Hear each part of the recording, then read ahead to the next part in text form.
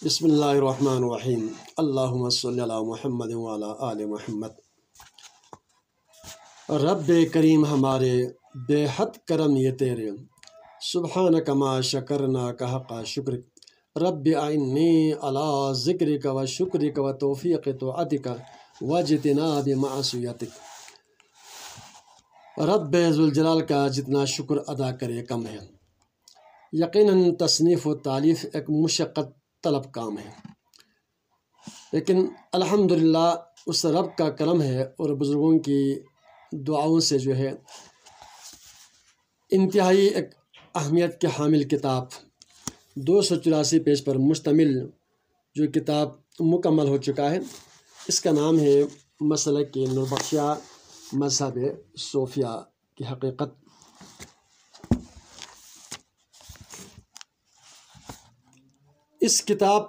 یہ کتاب لکھنے کا مقصد اس کی اہمیت اور اس کی آفادیت کو آپ کی خدمت میں گوش گزار کرنا چاہتا ہوں۔ اس سے پہلے کہ الحمدللہ کی 6 کتابیں اس سے پہلے تصنیف کر چکا ہوں۔ پہلا ایڈیشن احکام طہارت سوالاً جواباً، احکام طہارت سوالاً جواباً طبع دوم یعنی کہ دوسرا ایڈیشن، احکام نماز سوالاً جواباً، مسائل زکوٰۃ سوالاً جواباً۔ یہ تینوں کتاب جو ہے اس کا ماخذ جو ہے فقہ احوط اور دعوت صوفیہ ہے، اس میں سے اخذ کر کے سوالاً جواباً بنایا گیا ہے۔ چوتھی کتاب ہے اصول اعتقادیہ، کتاب الاعتقادیہ سوالاً جواباً، اور پانچویں جو کتاب ہے کلام عارفانہ گلدستہ تصوفانہ، صوفی نوربخشین کے جو ہے جتنے بھی شعراء ہیں، معروف شعراء کے کلام اس میں موجود ہیں۔ اس میں حمد، نعت رسول مقبول اور منقبت اور ترانہ تصوف اس میں شامل ہیں۔ چھٹی جو کتاب ہے گلستان حدیث، گلستان حدیث پہلا ایڈیشن ہے۔ دوسرا ایڈیشن انشاءاللہ کمپوزنگ کے مراحل میں ہے۔ اس میں تقریباً 300 احادیث سے مبارکہ ہے غالباً، اور 25 کتابوں سے اخذ کیا گیا ہے۔ وہ سارے کے سارے جو احادیث ہیں وہ امیر کبیر اور شاستری محمد نوربخش علاءالدولہ سمنانی علیہ رحمہ کی کتابوں سے لیا گیا ہے۔ ترتیب یہ ہے کہ اس کتاب میں حدیث ترجمہ اس کا حوالہ ہے۔ تو مسلک کتاب مسلک نوربخشیہ مذہب صوفیہ، یہ کتاب لکھنے کی ضرورت، اس کی اہمیت، اس کی آفادیت، اس کے بنیادی مقاصد کو آپ تک پہنچانا ضروری سمجھتا ہوں۔ یہ کتاب لکھنے کا پہلا مقصد ہے، اس کتاب کے لکھنے کا پہلا جو مقصد ہے وہ اولاً اہل دنیا کو پتہ چلے کہ مسلک نوربخشیہ مذہب صوفیہ کیا ہے، ان کے اصول، فروع، اعتقادات، عملیات اور وظائف اور عبادات کا طریقہ کیا ہے، یہ مسلک کے لوگ کہاں رہتے ہیں۔ یقیناً اس مسلک کے جملہ اعتقادات، اصول، فروع، عملیات، ورد، وظائف، ہر چیز جس کا ماخذ قرآن و سنت ہی ہے۔ یہ ایک جھلک آپ کو میں نے پیش کیا ہے۔ دوسرا مقصد، اس کتاب کی اشاعت کا دوسرا اہم مقصد یہ ہے کہ دنیا کے لوگ اس مسلک کے لوگوں سے سوال کرتے ہیں کہ مسلک نوربخشیہ مذہب صوفیہ کیا ہے، یہ کون سا مذہب ہے، یہ کہاں سے آیا ہے، تو عموماً لوگ اس کی تفصیل بتانے سے قاصر رہتے ہیں۔ اس لیے عام لوگ بھی یہ کتاب پڑھ کر جواب دے سکتا ہے کہ مسلک نوربخشیہ مذہب صوفیہ کی تاریخ، اس کی ہسٹری، اس کی حقیقت، اس کی ارتقاء، اس کی انتہا، اس کا سلسلہ یہ ہے، یہ آپ کو اس کتاب میں پڑھنے کو ملیں گے۔ کتاب لکھنے کا تیسرا مقصد، اس کتاب کو شائع کرنے کا تیسرا اہم مقصد ہمارے جامعات کے اسٹوڈنٹس، کالجز کے اسٹوڈنٹس اور سکول، اس کے علاوہ علم دوست شخصیات نے کافی عرصے سے یہ اصرار کر رہا تھا کہ آپ ایک ایسا کتاب لکھیں جس میں ہمارے مسلک کے بارے میں، فقہ احوط کے بارے میں تفصیل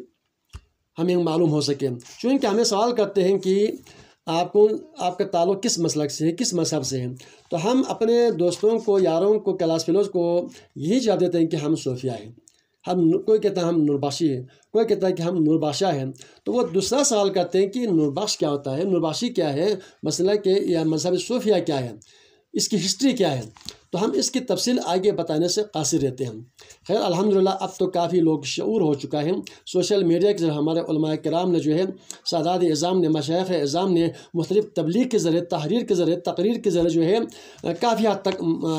جانکاری ہوا ہے، معلومات ہو چکے ہیں کہ مسئلہ کہ نورباشا مذہب صوفیہ کی ابتدا اس کا سلسلہ یہ ہے، تو بہرحال اس کی طرف اس میں موجود ہے۔ تیسرا مسئلہ کہ نورباشا مذہب صوفیہ کی تعلیمات جس کا ماخذ قرآن و سنت ہے، میں نے آپ کو پہلے بھی بتایا اس کا ماخذ قرآن و حدیث ہے، دنیا کے کونے کونے تک سوشل میڈیا کے ذریعے پھیلانا ہمارا مقصود و مطلوب ہے، اور ہم الحمدللہ پھیلا رہے ہیں کہ اسلام کی حقیقت یہ ہے، ہم سب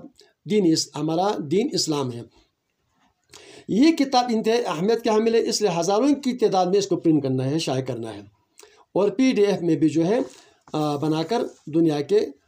سوشل میڈیا کے ذریعے پھیلانا ہے۔ چوتھا مقصد، ماضی اور حال میں میر سید محمد نوربخش رحمۃ علیہ کے عقیدہ و ایمان اور ان کے علمی میدان کو پڑھے اور سمجھے بغیر بعض قلمکاروں، چند علماء اس زمانے کے ظالم حکمرانوں نے مختلف ہیلا بہانہ بنا کر شاہ سید محمد نوربخش پر ناجائز فتوے لگائے، اور چغل خوروں نے بہت زیادہ چغلی بھی لگائے، خاص طور پر اس وقت زمانے کے مرزا شاہ رخ، انہوں نے جو ہے اپنے حاسدانہ نظروں، چغل خوروں کی چغلی اور کمزور بے عمل علماء کی فتوے کی جو ہے طاقت سے جو ہے آپ پر مختلف قسم کے نبوت کا دعویٰ کرتے ہیں، مہدی موعود کا دعویٰ کرتے ہیں، اس قسم کے چغلی لگا کر آپ کو 3 بار قید کیا گیا۔ لیکن قرآن کہتا ہے وَتُعِزُّ مَن تَشَاءُ وَتُذِلُّ مَن تَشَاءُ، جسے اللہ تعالیٰ عزت دیتا ہے، دنیا کی کوئی طاقت اس عزت کو چھین نہیں سکتا ہے۔ انہوں نے اپنے تبلیغ دین جاری رکھا، اسلام کو دنیا تک پہنچانے کی ہم نے کوشش کرتا رہا۔ تو اس حوالے سے اس کتاب میں یہ ہسٹری موجود ہے۔ 5واں مقصد، استاد غلام حسین انجم دنیوری صاحب نے ایک کتاب شائع کیا ہے بعنوان شاہ ہمدان و مرد قہستانی کے نام سے، جس میں بے بنیاد تحقیق، بلا دلیل سطحی دعووں اور تعصب کا اینہ لگا کر مختلف مشرعی اور ٹیکنیکل طریقوں کا استعمال کرتے ہوئے چند مددگاروں کو ساتھ ملا کر میر سید محمد نوربخش قہستانی، امیر کبیر شاہ ہمدان رحمۃ اللہ علیہ اور میر عراقی بشکن کو شیعہ امامیہ اثنا عشریہ کا عالم، شیعہ مبلغ قرار دیا گیا تھا۔ نیز مسئلہ کہ نورباشا مذہب صوفیہ کے وجود کو کمزور کرنے کے لیے، اس کی وجود کو متاثر کرنے کے لیے انہوں نے لکھا کہ شیعہ امامیہ اثنا عشریہ سے منسوب کرتے ہوئے شیعہ مسلک کا ذیلی برانچ آفس قرار دیا گیا ہے۔ ان کی اس بنیاد دعووں کو رد کرنے کے لیے یہ کتاب شائع کی ہے، اور اصل تاریخ کو عیاں کیا ہے کہ شاہ سید محمد نوربخش قہستانی، امیر کبیر اور میر عراقی بشکن نہ شیعہ عالم تھے، نہ شیعہ مبلغ تھے، کوئی دلیل، کوئی ثبوت نہیں ملتا ہے۔ اگر ہے تو اصل اسلام کا وہ علم بردار تھے، دنیا کو ایک ہی اسلام کو پلیٹ فارم پر جمع کر انہوں نے کوشش کی، وہ لوگ صوفی تھے، اہل تصوف تھے، نوربخشی تھے۔ تو اس کی ہسٹری اس میں موجود ہے۔ 6واں مقصد، انجینئر مرزا محمد صاحب جو کہ ایک دینی اسکالر ہیں، ماشاء اللہ، ان سے لوگ سوال کرتے ہیں، پوچھتے ہیں، بہرحال کسی ناسمجھ اور جاہل ایک شخص نے جو ہے سوال کیا، مشکوک انداز میں، مبہم انداز میں سوال یہ کیا کہ ایک شخص ہے جس نے فقہ لکھا ہے، نام اس سے سید محمد نوربخش ہے، انہوں نے ان اللہ امرنی کہا ہے، تو یہ کیا ہے؟ تو اس پر جو ہے انہوں نے اصل حقیقت کو چھپا کر انہوں نے یہ سوال کیا، مبہم اور مشکوک سوال کیا کہ انجینئر صاحب نے بغیر اس پر تحقیق کیے بغیر، مطالعہ کیے بغیر پھر تو یہ نبوت کا انہوں نے دعویٰ کیا، یہ تو خطرناک چیز ہے، یہ مسلک، یہ شخصیت، یہ تو مجھے مشکوک نظر اس قسم کی باتیں کیا۔ بہرحال اصل چیز اس میں وضاحت یہ ہے کہ شاہ سید محمد نوربخش رحمۃ اللہ علیہ نے فقہ احوال کے مقدمے میں ان اللہ امرنی ان ارفع الاخطاب من بین حاضر الامہ، اور دوسری جگہ پر انا معمور برفع البدع واحیا فی زمانہ،